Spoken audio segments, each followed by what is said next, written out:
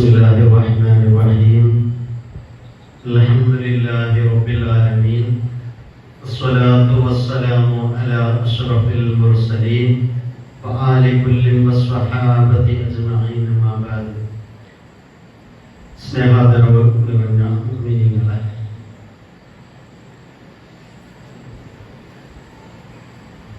അല്ലാഹുവിന്റെ അപാരമായ അനുഗ്രഹം കൊണ്ട്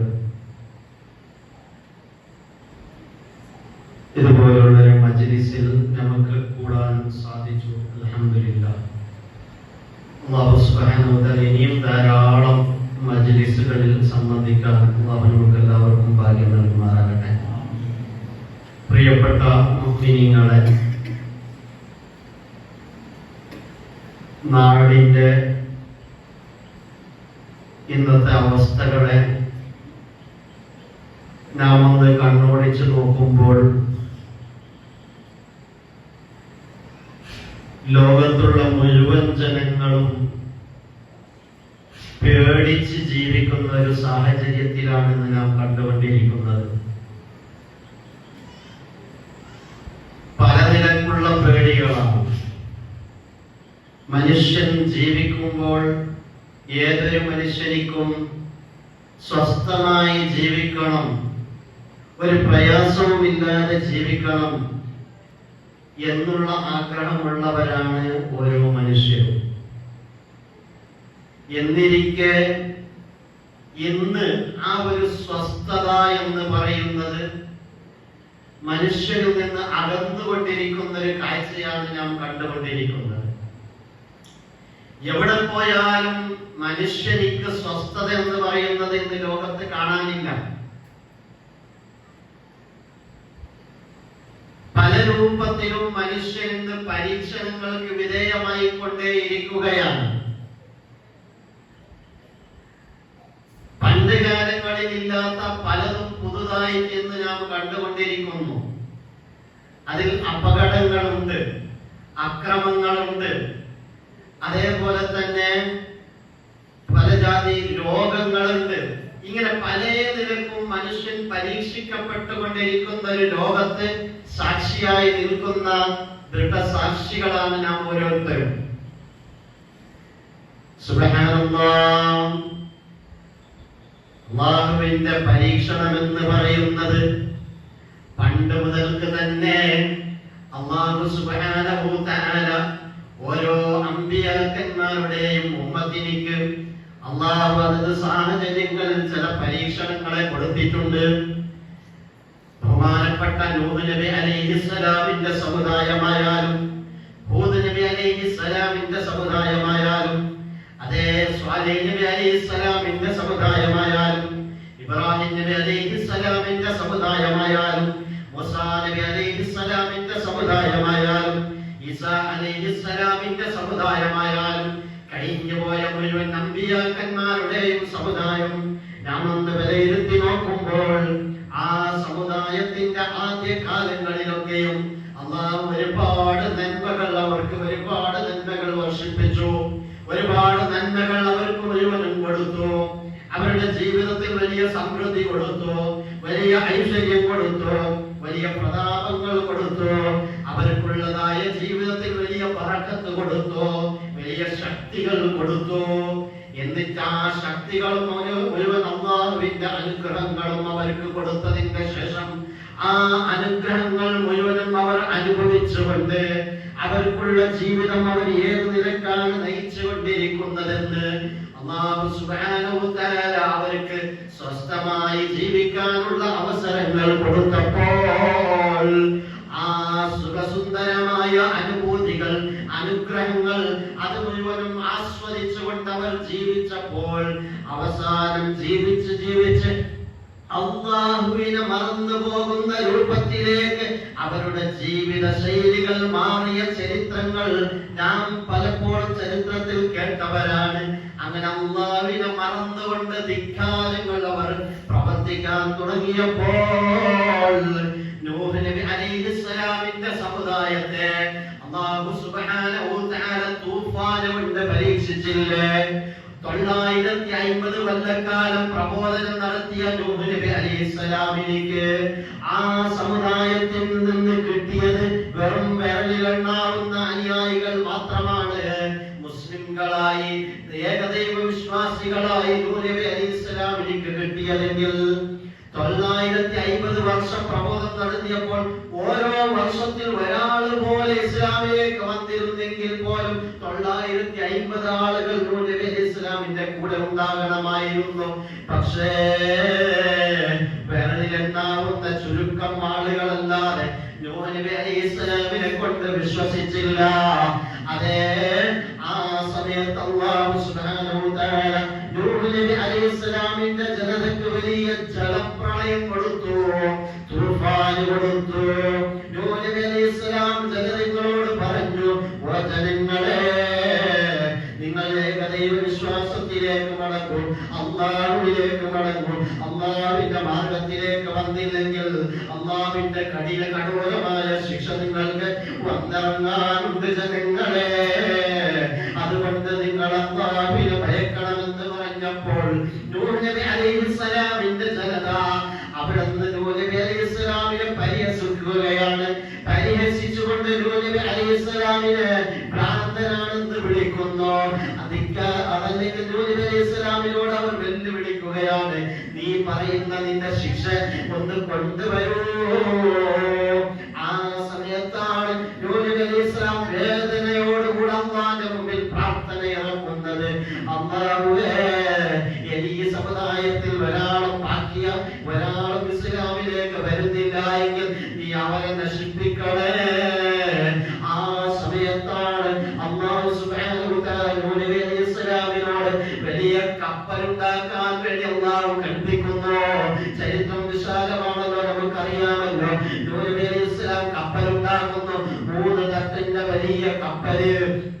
ഒരു തട്ടിൽ മനുഷ്യരും മറ്റൊരു തട്ടിൽ മൃഗങ്ങളും മേലെ തട്ടിൽ പക്ഷികൾക്കും വസിക്കാൻ വേണ്ടി എല്ലാ ജീവികളിൽ നിന്നും ഓരോ ആണും ഓരോ പെണ്ണിനെയും ആ കപ്പലിൽ കയറ്റുന്നു. നൂഹ് നബി അലൈഹിസ്സലാമിനെ കൊണ്ട് വിശ്വസിച്ച ചുരുക്കം ആളുകൾ മാത്രം ആ കപ്പലിൽ കയറുന്നു. നൂഹ് നബി അലൈഹിസ്സലാമിന്റെ ഒരു മകൻ വിശ്വസിച്ചിരുന്നില്ല. ആ മകനും കപ്പലിൽ കയറിയില്ല. ബാക്കിയുള്ള സത്യവിശ്വാസികൾ മാത്രം ആ കപ്പലിൽ കയറി. എന്നിട്ട് നൂഹ് നബി അലൈഹിസ്സലാം കുന്നിന്റെ മുകളിലാണ് കപ്പൽ നിർമ്മിച്ചിട്ടുള്ളത്. ആ സമയത്ത് അവിടെ നിൽക്കുന്ന അവിശ്വാസികൾ നൂഹ് നബി അലൈഹിസ്സലാമിനോട് ചോദിച്ചൊരു ചോദ്യമുണ്ട്. എന്റെ പ്രിയപ്പെട്ട മുഅ്മിനീങ്ങളെ, നെഞ്ചത്ത് കൈവച്ച് നമുക്കും ആലോചിക്കാനുള്ള, ഏറ്റവും നാം ആലോചിച്ച് ചിന്തിച്ച് മനസ്സിലാക്കാനുള്ള ഒരു ചോദ്യമാണ്. അവർ ചോദിക്കുന്ന, അല്ലയോ നൂഹേ, നീ എന്താണ് വെട്ടിത്തരങ്ങൾ കളിക്കുന്നത്? ഈ വലിയ കുന്നിന്റെ മേലെ നിന്റെ കപ്പൽ എങ്ങനെയാണ് പോകുന്നത്? വെള്ളം വേണ്ട, താഴെയുള്ള പഴയെങ്കിലും ആ കപ്പലിനെ ഇറക്കിക്കൂടെ? ഈ മേലെയുള്ള കുന്നിന്റെ മുകളിൽ നിന്റെ കപ്പലിനെ വെച്ചത് കൊണ്ട് നിനക്ക് എന്താണ് കാര്യം എന്നും പറഞ്ഞ് പരിഹസിക്കുന്ന സമയത്ത്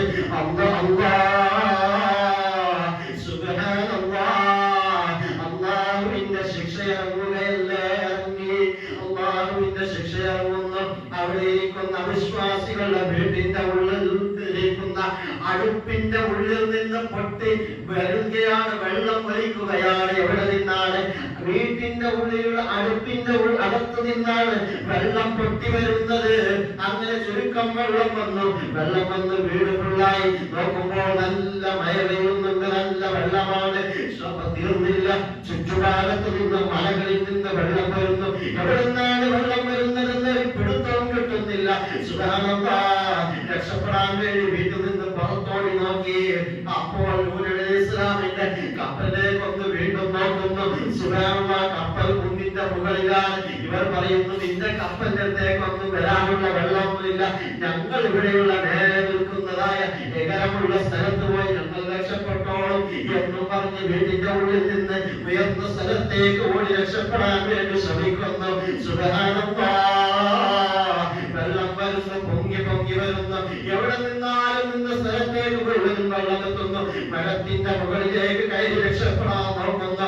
മരങ്ങൾ മുഴുവനും ജലാമൃതമായി പോയി, വെള്ളം കൊണ്ട് നിറഞ്ഞിപ്പോയി. എവിടെയും അവർക്ക് രക്ഷപ്പെടാൻ കഴിയുന്നില്ല. അവർക്ക് രക്ഷയില്ല.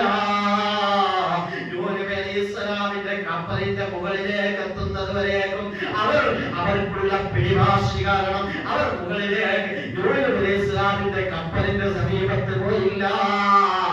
അവരതാ മരത്തിന്റെ മുകളിൽ കയറി നോക്കി. പക്ഷേ അല്ലാഹുവിന്റെ തീരുമാനം വന്നപ്പോൾ അവർക്കുള്ള മുഴുവൻ അടവുകളും അല്ലാഹു പരാജയപ്പെടുത്തി. വെള്ളത്തിന്റെ ഒരു മുക്കിക്കളഞ്ഞ് അവരെ മുഴുവനും അല്ലാഹു നശിപ്പിച്ചു കളഞ്ഞു. ഈ ചരിത്രം നമ്മുടെ മുമ്പിൽ നിൽക്കുമ്പോൾ എന്റെ പ്രിയപ്പെട്ട മുഅ്മിനീങ്ങളെ തീർന്നില്ല. അത് വലിയ പാഠമായി പിന്നീട് വരുന്ന സമുദായത്തിലേക്ക് അത് വലിയ പാഠമായി മുമ്പിൽ നിൽക്കേ. സുബ്ഹാനല്ലാഹ്. ഹൂദ് അലൈഹിസ്സലാമിന്റെ സമുദായം, ലൂത്ത് നബി അലൈഹിസ്സലാമിന്റെ സമുദായം, ആ സമുദായത്തിലേക്ക് ഒരു വലിയ പാഠമായി നിൽക്കുമ്പോൾ ആ സമുദായത്തിലുള്ളവർക്ക് ലൂത്ത് നബി അലൈഹിസ്സലാമിന്റെ സമുദായത്തിൽക്കാർക്ക് അല്ലാഹു തആല വലിയ ശക്തി കൊടുത്തു, വലിയ ദൃഢഗാത്രമായ ശരീരം കൊടുത്തു, വലിയ ആരോഗ്യം കൊടുത്തു. എത്രത്തോളം അവർക്കുള്ള ആരോഗ്യം എന്ന് പറഞ്ഞാൽ വലിയ വലിയ മലകളിലുള്ള പാറക്കല്ലുകളെ കൈകളെ കൊണ്ട് ഇങ്ങനെ പറണ്ടിയെടുത്ത് അതിനെ ചുരണ്ടിയെടുത്ത് അതിലൂടെ ഗുഹകൾ നിർമ്മിക്കാൻ മാത്രം ശക്തികൾ അല്ലാഹു ലൂത്ത് അലൈഹിസ്സലാമിന്റെ സമുദായത്തിലേക്ക് കൊടുത്തു. അത്രയും വലിയ ശക്തികൾ കൊടുത്ത ആ സമുദായവും അല്ലാഹുവിനെ ധിക്കരിച്ചു. അവർക്ക് മുൻഗാമികളായ നൂഹ് നബി അലൈഹിസ്സലാമിന്റെ സമുദായത്തിന്റെ ചരിത്രം അവരുടെ മുമ്പിലുണ്ടായിരിക്കെ വീണ്ടും അവർ അല്ലാഹുവിനെ ധിക്കരിക്കുകയാണ്. അതെല്ലാം അറിഞ്ഞുകൊണ്ട് തന്നെ ധിക്കരിക്കുകയാണ്. അവിടെയും അല്ലാഹുവിന്റെ ശിക്ഷയ്ക്ക് അവർ ഇരയാകുന്നു.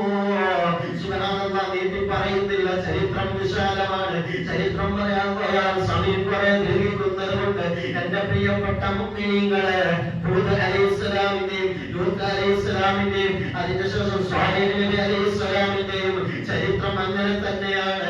മൂസാ നബി അലൈഹിസ്സലാമിന്റെ കാലത്തിരിക്കുന്ന ഫിർഔനിന്റെ കഥയും അതുപോലെ തന്നെയാണ്.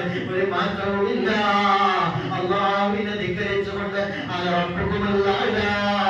എന്ന് പറഞ്ഞ ധിക്കാരികളായ നമ്രൂദും ഫിർഔനും പോലെയുള്ളതായ ഒരുപാട് ധിക്കാരികൾ ആ നൂഹ് നബി അലൈഹിസ്സലാമിന്റെ ചരിത്രം മുമ്പിലുള്ളതോടുകൂടെ, ലൂത്ത് അലൈഹിസ്സലാമിന്റെ ചരിത്രം ഉള്ളതോടുകൂടെ, ഹൂദ് നബി അലൈഹിസ്സലാമിന്റെ ചരിത്രം മുമ്പിലുള്ളതോടെ അതിൽ നിന്നും പാഠം ഉൾക്കൊള്ളാതെ വീണ്ടും ധിക്കാരത്തിലേക്ക് കടന്നപ്പോൾ ഓരോ സമുദായത്തിലേക്കും അല്ലാഹുവിന്റെ പരീക്ഷണം ഒന്നിന്റെ പിറകിലൊന്നായി കൊണ്ട് തന്നെ വന്നു.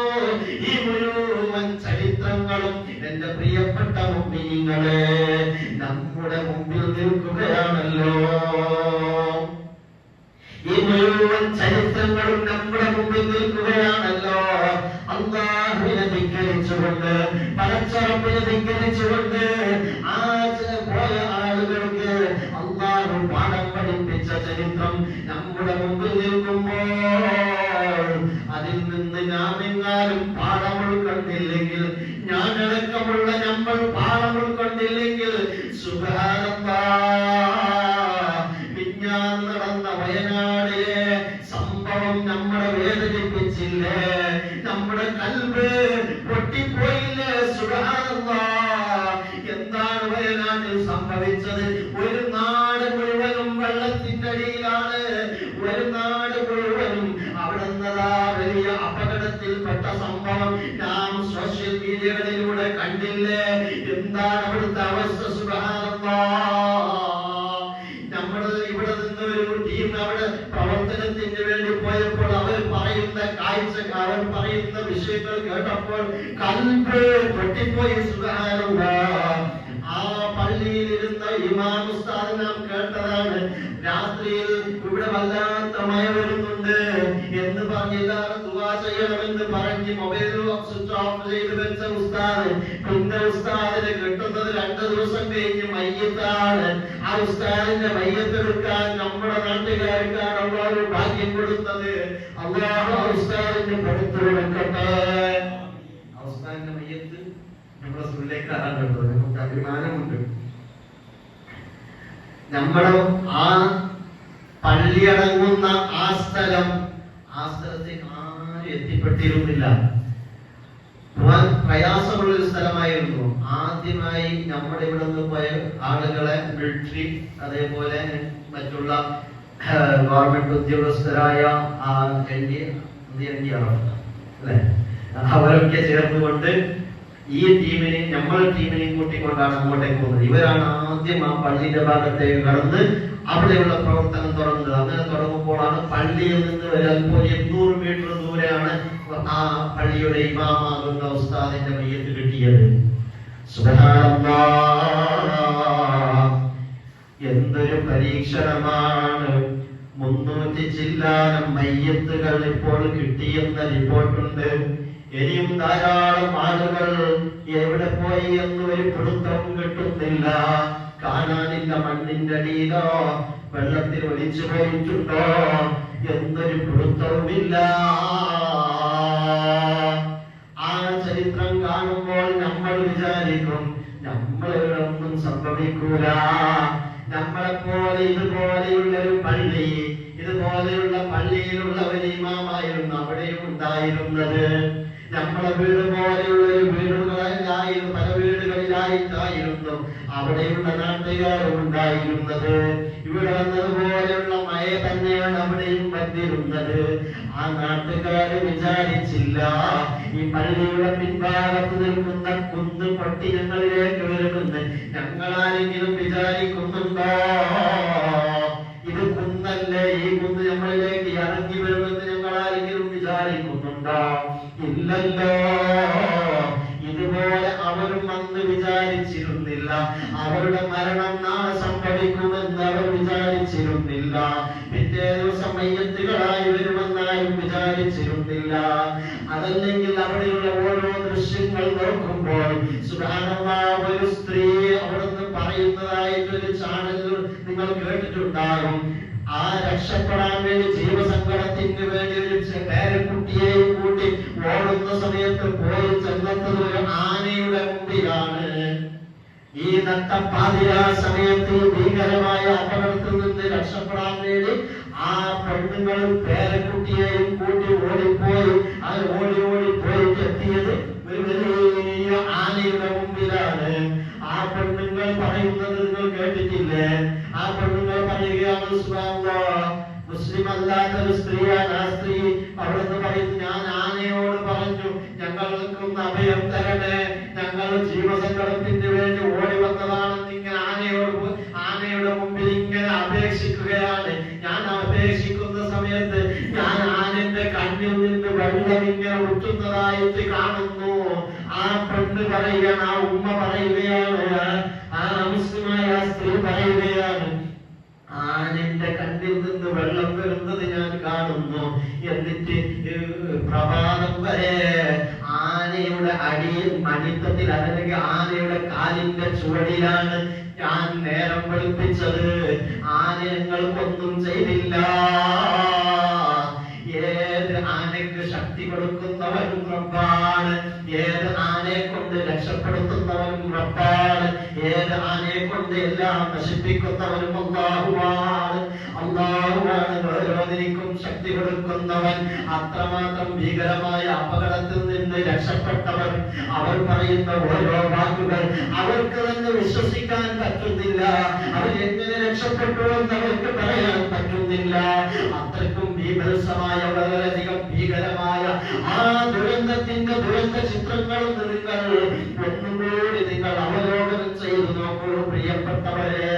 ആ ഒരു അവസ്ഥയിൽ വയനാട് ഉണ്ടെങ്കിൽ ആ ഒരു അവസ്ഥ എനിക്കും നിങ്ങൾക്കും എത്തിക്കൂടാ എന്ന് ഒരു ഗ്യാരണ്ടിയുമില്ല. എനിക്കും നിങ്ങൾക്കും ആ ഒരു അപകടം വരുമെന്നതിന് ഒരു ഗ്യാരണ്ടിയുമില്ല. അല്ലാഹു കാത്തുരക്ഷിക്കട്ടെ, അല്ലാഹു സലാമത്താക്കട്ടെ. അത്തരത്തിലുള്ള ദുരിതങ്ങളെ തൊട്ട്, അത്തരത്തിലുള്ള പ്രയാസങ്ങളെ തൊട്ട് നമ്മളെയും നാമുമായി ബന്ധപ്പെട്ടവരെയും ഈ നാടിനെയും മുസ്ലിം സമുദായത്തിനെയും അല്ലാഹു കാത്തുരക്ഷിക്കട്ടെ. ഓ പ്രിയപ്പെട്ട മുഅ്മിനീങ്ങളെ, ഈ ദുരന്തം നമുക്ക് നൽകുന്ന വലിയൊരു പാഠമുണ്ട്. ആ പാഠമാണ് ഞാൻ നിങ്ങളെ ഓർമ്മപ്പെടുത്തുന്നത്. നമുക്ക് ജീവിതം ജീവിതത്തിൽ അല്ലാഹു തന്ന എത്രമാത്രം ഐശ്വര്യങ്ങളുണ്ട്. ആ ഐശ്വര്യങ്ങളെ നാം മനസ്സിലാക്കാനുള്ള സമയമാണ്.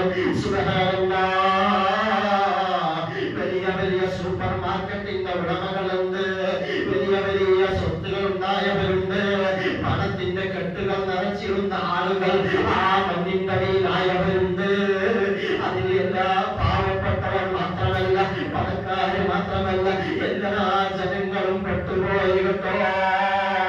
എന്റെ കയ്യിലുള്ള പണം, എന്റെ കയ്യിലുള്ള ഐശ്വര്യം, എന്റെ കയ്യിലുള്ള സ്വത്ത് ഞാൻ മണ്ണിന്റെ ഉള്ളിലടിയിലായാൽ അത് ഒരു പ്രയോജനത്തിനും വരുന്നില്ല.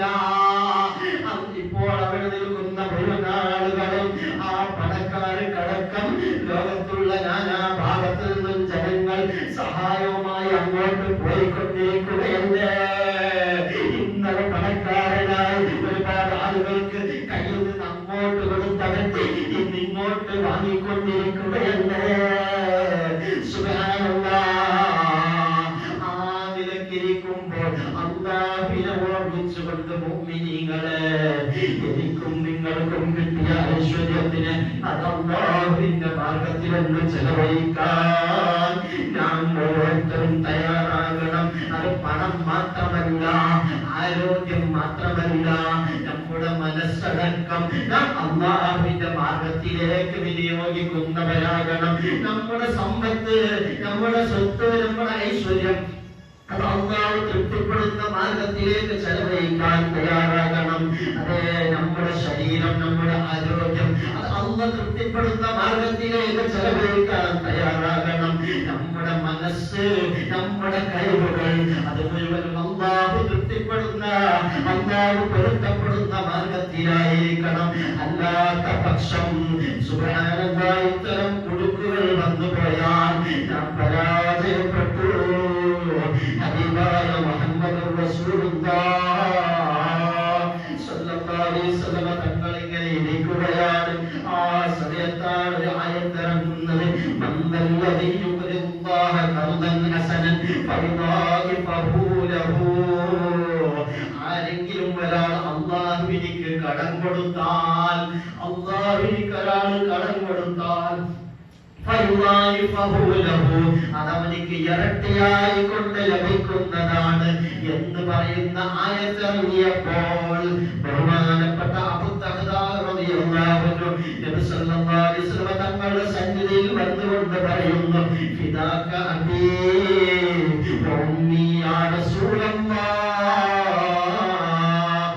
ഓ അല്ലാഹുവിന്റെ റസൂലേ, എന്റെ ഉമ്മയും വാപ്പയും അങ്ങക്ക് സമർപ്പണമാണ്. ഇന്നല്ലാഹ യസ്തഖ്രിദുനാ വഹുവ ഗനിയ്യുൻ അനിൽ ഖർദി. അല്ലാഹു കടം ചോദിക്കുകയാണോ നബിയേ? അവനാണെങ്കിൽ ഐശ്വര്യവാനാണല്ലോ നബിയേ. അല്ലാഹു വലിയ ഐശ്വര്യമുള്ളവനാണല്ലോ. അല്ലാഹു നമ്മളോട് കടം ചോദിക്കുകയാണോ നബിയേ?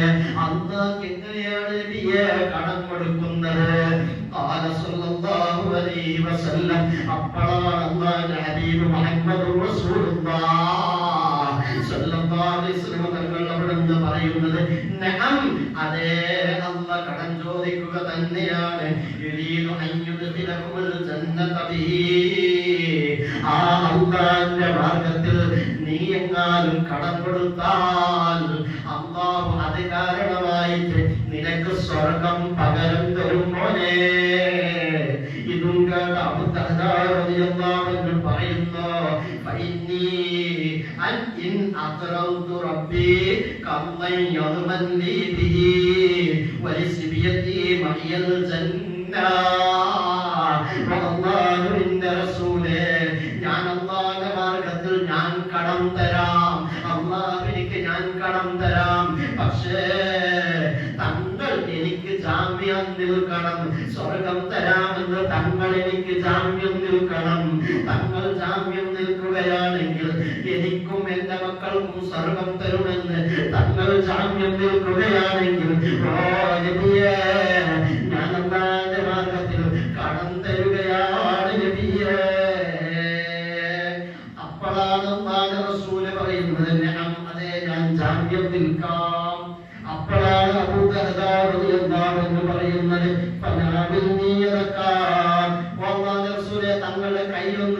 തരൂ നബിയേ. അല്ലാഹുവിന്റെ റസൂൽ കൈ നീട്ടി കൊടുക്കുന്നു. ആ സമയത്ത് അബൂ ദർദാ റളിയല്ലാഹു അൻഹു കൈയും പിടിച്ചുകൊണ്ട് പറയുന്നു, ഇന്നലി ഹദീഖതൈനി, എനിക്ക് രണ്ട് തോട്ടങ്ങളുണ്ട് നബിയേ. ഇഹ്ദാഹുമാ ബിസ്സാഫില, ഒന്ന് കുന്നിന്റെ മേലെയുള്ള തോട്ടമാണ്. വൽ ഉഖ്റാ ബിൽ ആലിയ, മറ്റൊന്ന് താഴ്ഭാഗത്തുള്ള തോട്ടമാണ്. ഇങ്ങനെ രണ്ട് തോട്ടങ്ങൾ എനിക്കുണ്ട് നബിയേ. വല്ലാഹി ലാ അംലികു ഗൈറഹുമാ, ഇത് രണ്ട് എന്റെ ഉടമസ്ഥതയിലല്ല നബിയേ. ഇത് ഞാൻ അല്ലാഹുവിന്റെ മാർഗ്ഗത്തിൽ അൽജഅൽതുമാ ഖർദൻ ലില്ലാഹി തആല, ഈ രണ്ട് തോട്ടം ഇനി എനിക്ക് വേണ്ട, അല്ലാഹുവിന്റെ മാർഗ്ഗത്തിൽ ഞാൻ കടം തന്നിരിക്കുന്നു. എനിക്കത് നിങ്ങൾ ജാമ്യം നിൽക്കണം നബിയേ. അഷ്റഫുൽ ഖൽഖ് ത്വാഹ മുഹമ്മദുർ റസൂലുള്ളാഹി സ്വല്ലല്ലാഹു അലൈഹി വസല്ലം തങ്ങൾ ഇത് കേട്ടപ്പോൾ ബഹുമാനപ്പെട്ട അബൂ ദർദാ റളിയല്ലാഹു അൻഹുവിനോട് പറയുന്നു, ഇജ്അൽ ഇഹ്ദാഹുമാ ലില്ലാഹി വൽ ഉഖ്റാ മഈശതൻ ലക വലിയാലിക. ആ രണ്ട് തോട്ടത്തിൽ നിന്ന് ഒന്ന് നീ എടുത്തോ മോനെ, രണ്ടും നീ അല്ലാഹുവിന്റെ വഴിയിലേക്ക് കൊടുക്കണ്ട. ഒന്ന് അല്ലാഹുവിന്റെ വഴിയിലേക്ക് നീ കൊടുത്തോ, മറ്റൊരു തോട്ടം നിനക്കും നിന്റെ കുടുംബത്തിനും ജീവിക്കാൻ വേണ്ടി നീ അവിടെ ഒഴിവാക്കിക്കോ. അല്ലാഹുവിന്റെ റസൂൽ എത്ര സുന്ദരമായ നേതാവാണ്, എത്ര നല്ലൊരു നേതാവാണ്. ഓരോ അനുയായികളുടെയും ജീവിതങ്ങളെ കുറിച്ച് ചിന്തിക്കുന്ന ആളാണ്. നാമാണെങ്കിൽ നമുക്ക് കിട്ടുന്നതാണെങ്കിൽ എല്ലാം കിട്ടുന്നെങ്കിൽ നമ്മൾ വാങ്ങാൻ തയ്യാറാണ്. അള്ളാന്റെ അടിമകളെന്ന് പറയുന്നത് എല്ലാം തരണ്ട, നിനക്ക് വെച്ചിട്ട് ബാക്കിയുള്ളത് നീ അള്ളാന്റെ മാർഗത്തിൽ കൊടുക്കാം. ഒരു തോട്ടം അല്ലാഹുവിന്റെ മാർഗത്തിലും മറ്റൊരു തോട്ടം നിന്റെ കുടുംബത്തിന് വേണ്ടിയും വെച്ചോ. അബൂ ദർദാ റളിയല്ലാഹു അൻഹു പറയുന്നു, ഫഉശ്കിറുക യാ റസൂലല്ലാഹ് അന്നീ ഖദ് ജഅൽതു ഖൈറഹുമാ ലില്ലാഹി തആല വഹുവ ആയതുൻ ഫീ 600 നഖ്ല. എനിക്ക് രണ്ട് തോട്ടങ്ങളിൽ നിന്നൊരു വലിയ തോട്ടമുണ്ട്. ആ വലിയ തോട്ടത്തിൽ 600 ഈത്തപ്പന മരങ്ങളുണ്ട്. 600 നമ്മുടെ ഭാഷയിൽ പറയും 600 കൗമുണ്ട് എന്ന് പറയുന്നത് പോലെ 600 ഈത്തപ്പന മരങ്ങളുള്ള ഒരു വലിയ തോട്ടമുണ്ട്. ആ മറ്റേ തോട്ടം കുറച്ച് ചെറുതാണ്. അപ്പൊ ഈ വലിയ 600 ഈത്തപ്പനകളുള്ള വലിയ തോട്ടം അത് ഞാൻ അല്ലാഹുവിന്റെ മാർഗത്തിലേക്ക് വിട്ടു തന്നു നബിയേ. ആ ചെറിയ തോട്ടം അത് എനിക്കും എന്റെ കുടുംബത്തിനും ജീവിക്കാൻ ധാരാളമാണ് നബിയേ. ഇതങ്ങ് പറഞ്ഞപ്പോൾ അല്ലാഹുവിന്റെ റസൂൽ സല്ലല്ലാഹു അലൈഹി വസല്ലം തങ്ങൾ പറഞ്ഞു, ഇദൻ യജ്സീക അല്ലാഹു ബിഹിൽ ജന്ന. ഓ അബൂ ദർദാ, നിനക്ക് സ്വർഗ്ഗത്തിലേക്ക് പോകാൻ അത് ധാരാളമാണ് മോനെ. നിനക്ക് സ്വർഗ്ഗത്തിലേക്ക് കടക്കാൻ ആ തോട്ടം തന്നെ ധാരാളമാണ്. സുബ്ഹാനല്ലാഹ്. ചരിത്രം കുറെ ഞാൻ കൂടുതൽ നീട്ടുന്നില്ല. അതിന് ശേഷം അബൂ ദർദാ റളിയല്ലാഹു അൻഹു വീട്ടിൽ പോയി ആ തോട്ടത്തിനെ നോക്കുമ്പോൾ ഭാര്യയും മക്കളും തോട്ടത്തിലിരിക്കുന്ന ഒരു വിശാലമായ ചരിത്രമുണ്ട്. ഞാൻ കടക്കുന്നില്ല പ്രിയപ്പെട്ടവരെ. ആ നിലക്ക് അബൂ ദർദാ റളിയല്ലാഹു അൻഹു തന്റെ സമ്പത്തിന്റെ ഏറ്റവും ഇഷ്ടപ്പെട്ട ഭാഗം ഈ ദീനിന് വേണ്ടി ചെലവഴിച്ചിട്ടുണ്ടെങ്കിൽ നമുക്ക് ഏറ്റവും ഇഷ്ടപ്പെട്ട നമ്മുടെ സമ്പത്തുകളൊക്കെ ഉണ്ട്. അത് മുഴുവനും നാം ചെലവഴിച്ചില്ലെങ്കിലും അല്ലാഹുവിന്റെ മാർഗത്തിലേക്ക് എന്തെങ്കിലും കുറച്ചെങ്കിലും നാം ചെലവഴിക്കുന്നവരായിട്ട് ഓരോ ദിവസവും നാം കടന്നു പോകണം. എല്ലാ ദിവസവും ഒരു ചെറിയ സംഖ്യയെങ്കിലും അല്ലാഹുവിന്റെ മാർഗത്തിൽ നാം ചെലവഴിക്കുന്നവരാകണം. അല്ലാഹു അതിന് തൗഫീഖ് നൽകട്ടെ. പ്രിയപ്പെട്ടവരെ, കഴിഞ്ഞ മഹറത്തുൽ ഖദറിന്റെ ദിവസം നാം ഇവിടുന്ന് ദാറുൽഹുദയിലേക്ക് വന്ന് വേണ്ടി തങ്ങളോട് ചോദിച്ചപ്പോൾ ഒരുപാട് ആൾക്കാർ നൽകി. വലിയ സന്തോഷമായി. ചെറിയ സന്തോഷമൊന്നല്ല. കാരണം ഒരിക്കലും ഞങ്ങൾ അത്ര ഇവിടെ ഉള്ള ആളുകൾ, ഈ ചുരുങ്ങിയ ആളുകളെ കൊണ്ട് അത്രയും സമാഹരണം ചെയ്യാൻ പറ്റുമെന്ന് ഞങ്ങൾ ഒരിക്കലും വിചാരിച്ചില്ല. പക്ഷേ വലിയൊരു നിലയ്ക്ക് ഇവിടെ നിന്നുള്ള ആളുകൾ സഹകരിച്ചു. അല്ലാഹു അതൊക്കെ കബൂലാക്കുമാറാകട്ടെ. അത് കാരണം കൊണ്ട് അല്ലാഹു സ്വർഗം തരാൻ അല്ലാഹു ആ സ്വതക്കകൾ അല്ലാഹു കാരണം ചോദിക്കാൻ വേണ്ടി പറഞ്ഞതല്ല. എപ്പോഴെങ്കിലും ചോദിക്കുന്ന സമയത്ത് ഇത് ഓർമ്മ വേണം. അതുകൊണ്ട് എന്റെ പ്രിയപ്പെട്ട മുഅ്മിനീങ്ങളെ, ദീനിന് വേണ്ടി ചോദിക്കുമ്പോൾ കൊടുക്കാനുള്ള കൈ നമുക്ക് മുൻതൂക്കത്തിലായിരിക്കണം. ഒരിക്കൽ തന്നെ അത് പിന്നിൽ ചുരുട്ടി മടക്കാനുള്ള കൈയായി പോകാൻ പാടില്ല. അല്ലാഹുവിന്റെ ദീനിന് വേണ്ടി ചെലവഴിക്കുന്നവർ അവർ ചില്ലറക്കാരല്ല. സഹാബത്തിന്റെ എത്രയോ ചരിത്രങ്ങളുണ്ട്. ഞാൻ അതിലേക്കൊന്നും കടന്ന് സമയം വേസ്റ്റാകുന്നില്ല. പ്രിയപ്പെട്ടവരെ, സമയം ദീർഘിച്ചത് കൊണ്ട് തന്നെ ഈ സമയത്ത് നിങ്ങളോട് ഓർമ്മപ്പെടുത്തുന്നത്, അവസാനമായി ഓർമ്മപ്പെടുത്തുന്നത്, അല്ലാഹു എനിക്ക് തഖ്വ ചെയ്യണേ. ഞാനിത് നിങ്ങളോട് പറയുന്നത് ഞാൻ വലിയ നല്ലതായത് കൊണ്ടല്ല. നിങ്ങൾ ഉപദേശിക്കുന്ന സമയത്ത് എന്നെ അടക്കമാണ് ഞാൻ ഉപദേശിക്കുന്നത്. എനിക്കും ആ ഉപദേശം ബാധകമാണ്. നിങ്ങൾ ഉപദേശിക്കുമ്പോൾ എന്റെ കൽപ്പന ഉപദേശം സ്വീകരിച്ചു പോയാൽ ഞാൻ നന്നായി പോയി. സുബ്ഹാനല്ലാഹ്, എന്റെ കാരണം കൊണ്ട് നിങ്ങളും നന്നായി പോയാൽ എനിക്ക് സ്വർഗത്തിലേക്ക് പോകാൻ ഞാൻ പറഞ്ഞ ഈ ഉപദേശം ധാരാളമല്ലേ? എന്റെ സദസ്സിലിരുന്ന നിങ്ങൾക്ക് സ്വർഗത്തിലേക്ക് പോകാൻ അത് ധാരാളമല്ലേ? അല്ലാഹുവേ, അത്തരത്തിലുള്ള മജ്‌ലിസായി ഞങ്ങൾക്കുള്ള ഈ മജ്‌ലിസ് നീ സ്വീകരിക്കണേ.